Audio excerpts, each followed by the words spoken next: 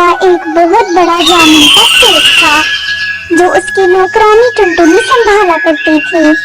सेठ शंभूनाथ बीच बीच में अपने जामुन के खेत को देखने आ जाया करता था। क्यों टुनटुनी चिड़िया, सब कुछ कैसा चल रहा है? सब कुछ ठीक है सेठ जी, मैंने कल ही फसल में नई खाद डाली है। और टुनटुनी, जो मैं जामुन के नए बीज लाया था वो कैसे हैं? सेठ जी, वो बीज तो और भी अच्छे हैं, उन बीजों से फसल और भी अच्छी उगेगी। अरे वाह, तब तो अच्छी बात है। जामुन जितने अच्छे होंगे दाम उतने अच्छे लगेंगे। जी सेठ जी। सेठ शंभूनाथ बाज ने टुनटुनी चिड़िया को अपने खेत की देखभाल के लिए रखा था। टुनटुनी एक अच्छी किसान थी, मगर उसके पास खुद की जमीन नहीं थी, जिसकी वजह से वो सेठ शंभूनाथ के खेत में ही काम किया करती थी और सेठ शंभूनाथ उसे महीने में तनख्वाह दिया करता था। एक दिन की बात है, जब सुबह सुबह टुनटुनी चिड़िया खेत में पहुंची तो उसने देखा कि खेत से बहुत सारे जामुन के गुच्छे गायब हैं। अरे, कल तो यहाँ मैंने बहुत सारे जामुन के गुच्छे देखे थे, पर आज यहाँ एक भी नहीं है। कहीं मुझे कोई गलतफहमी तो नहीं हुई थी? छोड़ो, जाने दो, मुझे ही गलती लगी होगी। टुनटुनी ने इस बात पर कोई खास ध्यान नहीं दिया और अपने काम में जुट गई। शाम 7 बजे तक अपना काम खत्म करके वो घर वापस चली गई। अगले दिन भी यही हुआ। जब वो जामुन के खेत पर पहुंची तो वहाँ बहुत सारे जामुन के गुच्छे गायब थे।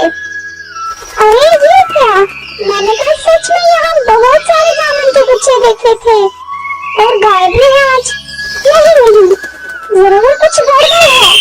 अगर सेठ जी को पता चला तो वो मुझे नौकरी से निकाल देंगे। नहीं, मैं ऐसा नहीं होने दूंगी। मैं आज इस चोर को पकड़ के रहूंगी।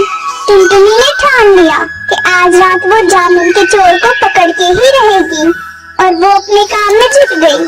जब शाम के 7 बजे तो वो अपने घर नहीं गई, बल्कि खेत में लगे एक बहुत बड़े पेड़ के पीछे छुप गई और अपने साथ एक बहुत बड़ा डंडा भी रख लिया।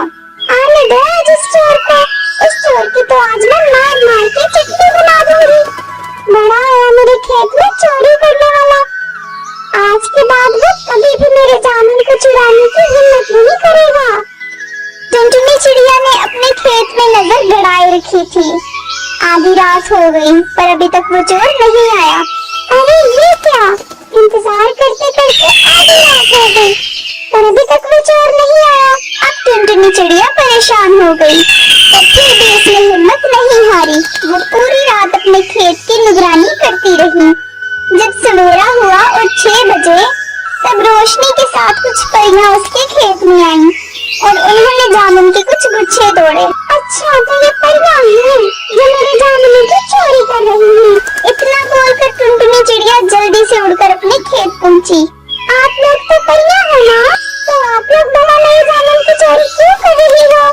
अच्छा, तो इस फल का नाम जामुन है। हमारे परिलोक में ये फल नहीं उगते और जब से हमने इस फल को खाया है ये हमें बहुत मजेदार लगा और तभी से हम ये फल खा रहे हैं। आप लोगों की वजह से मेरे मालिक मुझे नौकरी से निकाल देंगे। तो ऐसा क्यों?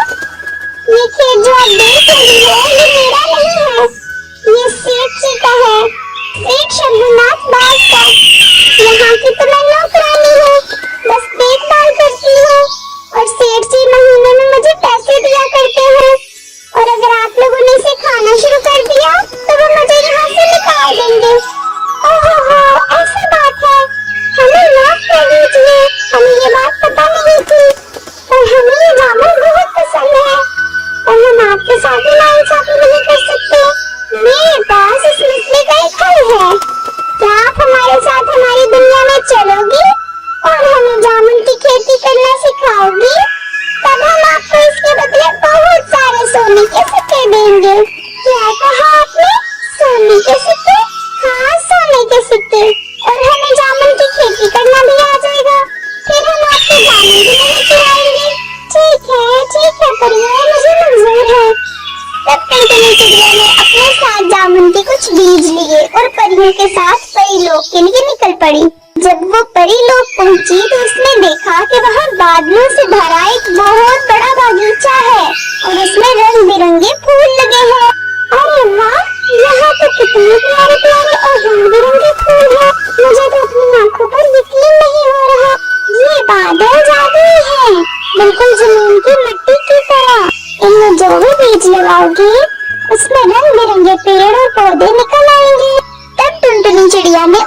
बालों में कुछ जामुनों के बीज छिड़के।